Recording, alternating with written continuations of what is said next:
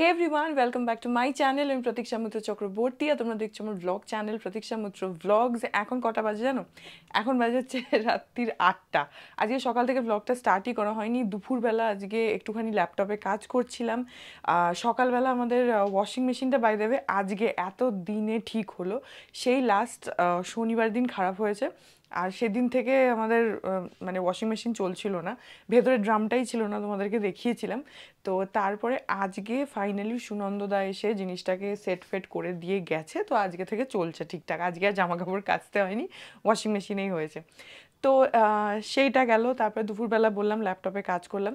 এখন একটু ভাবছি যে ঘরটা গোছাবো, একটু ডাস্টিং করবো। ডাস্টিং মানে অনেকটাই করা রয়েছে, কিন্তু কিছু কিছু জায়গা যেমন বিশেষ করে উপরটা, ওই যে ওইখানটা, ওই জায়গাটা না আমাকে একটু সিরিয়াসলি অর্গানাইজ করতে হবে। তো সেটাই ভাবলাম যে তোমাদের সাথে শেয়ার করি কি করছি কি না করছি। আর হ্যাঁ, যেটাই করবো সেটা তোমাদের সাথে শেয়ার করবো। সো সঙ্গে থাকো, দেখতে থাকো। আই হোপ তোমাদের ভালো লাগবে।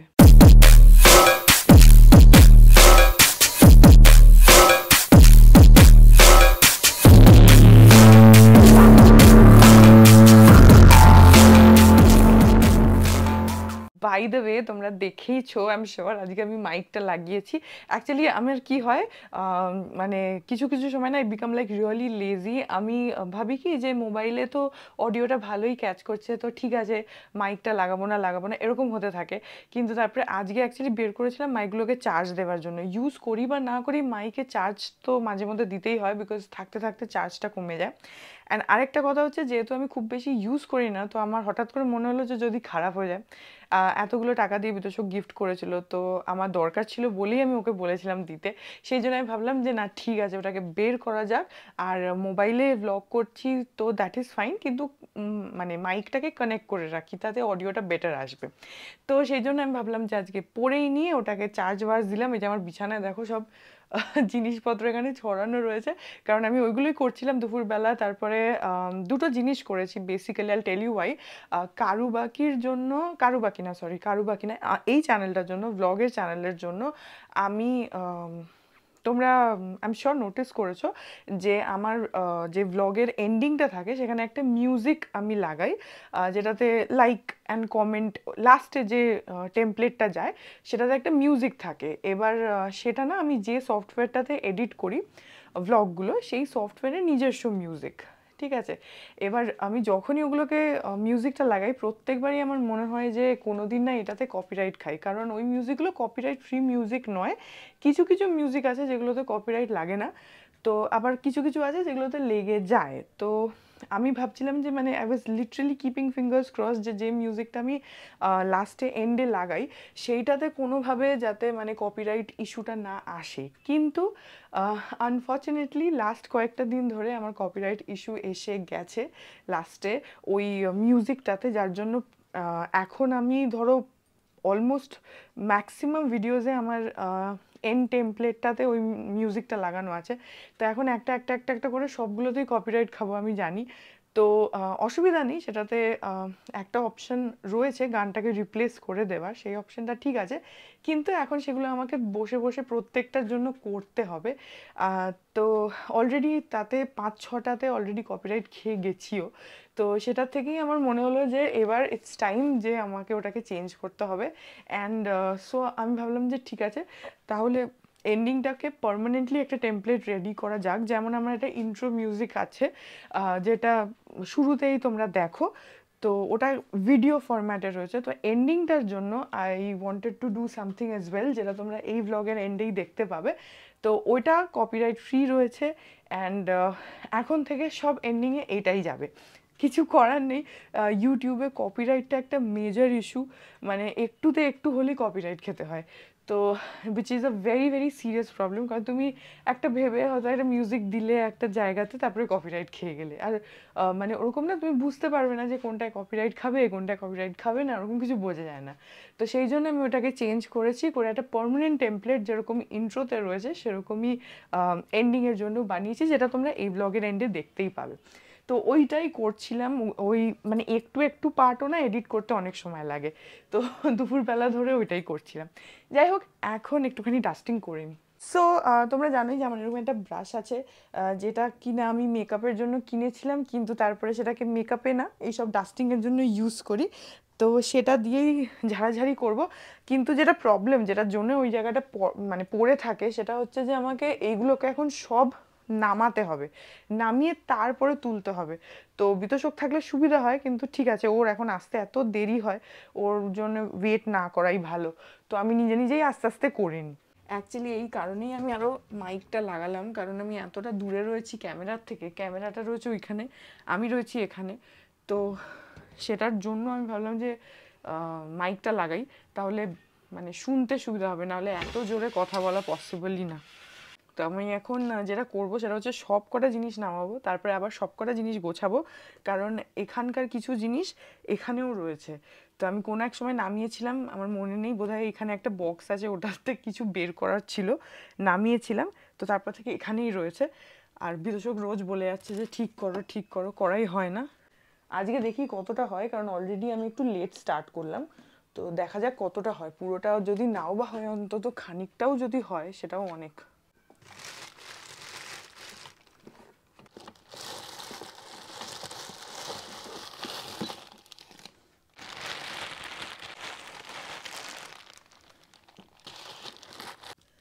আচ্ছা, লিটল চেঞ্জ ইন প্ল্যান, যেটা আমি এক্ষুনি দাঁড়িয়ে দাঁড়িয়ে এখানে ভাবলাম, যে একটা কাজ করি, এখানে আমি মোটামুটি হাতের সামনে সবটা দেখতে পাচ্ছি।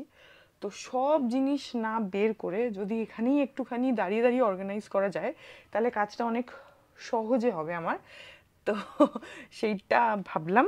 এই জায়গাটা যতবারই আমি গোছাতে যাই ততবারই আমি প্রচণ্ড কনফিউজ হয়ে যাই, যে জন্য আমি ছেড়ে দিই, করা হয় না আমার তারপরে আর। আজকে করবই। অ্যাকচুয়ালি এই মাইক লাগালে সুবিধা হয় কি বলতো, দেখো অডিওটা তোমাদের কাছে একদম ক্লিয়ার আসছে। কিন্তু আমি যদি মাইকটা না লাগাতাম, তাহলে এতটা দূরে অডিও যদি এসেও যেত তো ক্লিয়ার আসতো না। তো সেটা ইজ এ গুড থিং। এখানে হাবি জাবি এত জিনিস রয়েছে না, অ্যাকচুয়ালি হাবি জাবি নয়, সবগুলোই কাজেরই জিনিস, এটা না যে সব ভুলভাল জিনিস, তা নয়, সবই কাজের জিনিস। কিন্তু এত আনঅর্গানাইজড হয়ে রয়েছে যে, বাই দ্য ওয়ে, এইটা আমি জানি না তোমরা দেখতে পাচ্ছ কি না, দাঁড়াও একটু চেষ্টা করি দেখানোর। এই যে এইটা হচ্ছে একটা তোমার উডেন কোস্টার, যেটা আমি কিনেছিলাম হচ্ছে আমাদের এই বাড়ির জন্য নেম প্লেট বানাবো বলে। তো তারপরে তো আমি কিনে নিয়ে আসলাম। তো নেম প্লেট আর এতে বানানো হয়নি, কিন্তু আমি এটাতে ডেফিনেটলি কিছু একটা করব, করে এটাকে মানে অ্যাজ অ্যান আর্ট পিস যাতে বাড়িতে রাখতে পারি, সেইটার জন্য আমি কিছু একটা করব। নেম প্লেট তো অলরেডি বানিয়ে নিয়ে চলেই এসেছি, তো আবার আরেকটা নেম প্লেট বানানোর কোনো মানে হয় না। But this is really beautiful. এটা পুরো কাঠের, গাছের গুঁড়ি, যেরকম ওই ছোটো ছোটো কোস্টার আছে আমাদের বাড়িতে, তোমাদেরকে দেখিয়েছি, জানি না তোমাদের মনে আছে কিনা, যেগুলোর উপর আমার আঁকা রয়েছে, যেগুলো আমাদের ড্রয়িংয়ে সেন্টার টেবিলের উপর রাখা, ওই জিনিসই, বাট সাইজে অনেকটা বড়। এটা আমি কিনেছিলাম হচ্ছে স্টার মার্ক থেকে, সাউথ সিটি। কিছু সেভাবে লেখা নেই, বাট এটা বেসিক্যালি এরকম একটা কাঠের কোস্টার, বড় একটা ট্রে টাইপের বলতে পারো। তো এটাতে কিছু তো আমি একটা ডেফিনেটলি বানাবো, আর আই ডোন্ট নো হোয়াট। তো এটা এখনও এভাবে সিল হয়ে পড়ে রয়েছে, যখন বানাবো তখন তো তোমাদেরকে দেখাবোই। আপাতত উপরে তোলা থাক। আর তাছাড়া এখানে দেখো যে এইগুলো হচ্ছে তোমার ওই আঁকার সময় কাপড় আটকে যে করে না, ওই রিং। এ দেখো, দুটো কাঠের, একটা প্লাস্টিকেরটা একটু ছোট, কাঠেরগুলো একটু ওটার থেকে বড়। আমার কাছে এর থেকে বড় সাইজও ছিল, কিন্তু সেটা আমি জানি না এখন কোথায়। তবে আমি অনেস্টলি এগুলো খুব একটা ইউজ করি না, কারণ আমার এতে একটু অসুবিধা হয়। আমার তার থেকে ওই দেখেছো তোমরা যে যখন আমি শাড়ি বা ওরকম চাদর জাতীয় কিছুতে আঁকি, তখন এখানে টেবিলের ফ্রেমটাকে তাতে ক্লিপ দিয়ে ফিক্স করে আঁকি, বিকজ ওটা আমার কাছে অনেক বেশি হেল্পফুল। এইটাতে আমি ঠিক কমফোর্টেবল ফিল করি না, বিকজ আই থিঙ্ক যে একটু পরে পরেই এটাকে খুলে খুলে চেঞ্জ করতে হয়, খুব অল্প অল্প পোর্শনসই এতে কাভার হয়। তো আমার তার থেকে মনে হয় যে একটু বেশি এরিয়া থাকলে আমি তাতে তাড়াতাড়ি করে করতে পারবো। জিনিসপত্র সব আছে। অ্যাকচুয়ালি কী হয় বলো তো, কখন কোনটা ইউজ করবো তার তো কোনো ঠিক নেই না। কখনো হয়তো আমার মনে হলো যে না, এখন আমার এটা না ওটাই ইউজ করার দরকার আছে, তো আমার কাছে যে জিনিসটা না থাকে আমি কী করে ইউজ করব। আচ্ছা, আর এইটা হচ্ছে একটা ব্যাগ, যেটার মধ্যে আমার ব্রাশ রয়েছে, মানে পেন্টিং ব্রাশ আর কি, সেটারই একটা ব্যাগ। এটা কাপড়ের, এটা বেশ ভালো, এর মধ্যে সব ব্রাশ রয়েছে। এটাকে আমি এখান থেকে ওখানে নিয়ে যাব, বিকজ এখানে থাকলে ভুলে যাব, সবসময় খেয়াল থাকে না, তো ব্রাশের দরকার হলে খেয়াল থাকবে না। ওকে, সো এইখানটাতে মোটামুটি আর কিছু আমার অর্গানাইজ করার নেই, যেগুলো নামিয়ে দিলাম সেগুলোকেই তুলে দিই উপরে। আমি এখন উঠে অ্যাকচুয়ালি দেখছি যে জায়গাটা ঠিকই আছে, গোছানোই আছে, মানে এর থেকে নামিয়ে আমার খুব একটা লাভ হবে না, নামিয়ে আলাদা করে মানে কিছু গোছানোর মতন অ্যাডিশনাল আমার কাছে নেই। খালি এই জিনিসগুলো নিচে ছিল, জিনিসগুলো তোলা হয়েছিল না, তো সেটাই তুলে দিলাম খালি। বাকি হচ্ছে এই জায়গাটা, যেটাকে আমাকে ঠিক করতে হবে। এইখানে একটা ব্যাপার হয়েছে, এই ভাসটার মধ্যে ভ্যালেন্টাইন্স ডেতে বিতোষক তোমাদের দেখিয়েছিলাম যে অনেকগুলো গোলাপ ফুল দিয়েছে, আর আমিও গোলাপ ফুল দিয়েছিলাম বিতোষককে, তো সেগুলো না সব এইটার মধ্যে জল দিয়ে রেখেছিলাম। এবার মানি তখন বললো কি যে গোলাপ ফুলের ভেতরে একটুখানি নুন দিয়ে রাখতে, তাহলে গোলাপটা বেশি দিন মানে তাজা থাকবে আর কি। তো সেই ভেবে, সেই শুনে আমি গোলাপ ফুলে তো নুন দিলাম, কিন্তু তারপরে 2 দিন পরে দেখছি কি যে এই জায়গাটা, এখানটা কেমন একটা সাদা সাদা মতন হয়ে গেছে।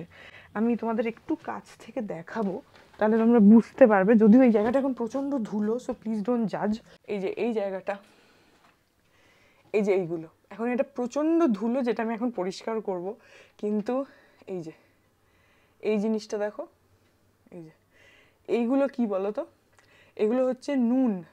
মানে আমি যে নুনটা টবের মধ্যে দিয়েছিলাম, ভাসের মধ্যে দিয়েছিলাম, সেটা মাটির ভাস ছিল, তো সামহাউ সেখান থেকে নুনটা পুরোটা বেরিয়ে চলে এসছে। এই যে এসে না এখানটাতে পুরো জমে গেছিলো। এখন তো তাও মানে তোমরা অনেকটা কম দেখছো, আরও ছিল। আর দেখো প্লে স্টেশনের নিচে টিচে সব রয়েছে, তো নুনটা সামহাউ ওখান থেকে পুরো বেরিয়ে গেছে। তো আমি প্রথমে বুঝতেও পারিনি যে ওটা নুন কি কি, আমি ভাবছি কি সাদা সাদা, তারপরে মানে বুঝলাম যে আচ্ছা এটা তাহলে নুন, মানে হাতে ধরে বুঝলাম, কারণ ঝুরঝুর করে ভেঙে যাচ্ছে, তো তখন বুঝলাম যে আচ্ছা এটা নুন। তো ওই টপ থেকে, অ্যাকচুয়ালি টপটা মাটির, তো জানি না কি হয়েছে, পুরো মানে জলটা ছিল যখন মানে গোলাপ ফুলগুলো একদম শুকিয়েও গেছে, তখন অবধি জলটা ঠিকঠাকই ছিল, যতটা দিয়েছি ততটাই, নুনটা বেরিয়ে গেছে। এখন এই জায়গাটাকে একটু পরিষ্কার করি।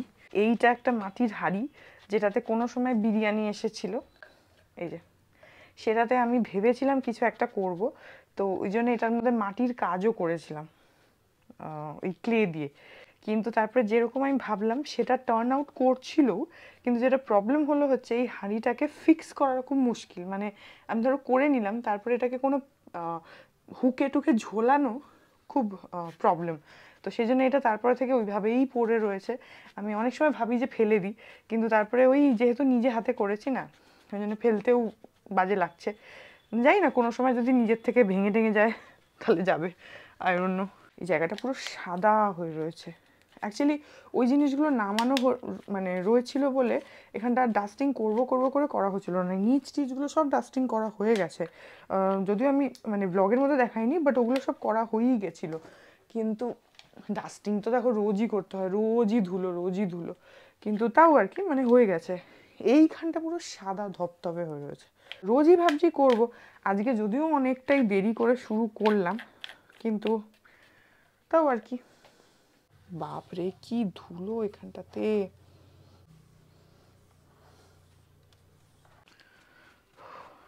আমাদের এখানে তো প্রচন্ড ধুলো, জানোই তোমরা, মাঠের জন্য বলি আমি।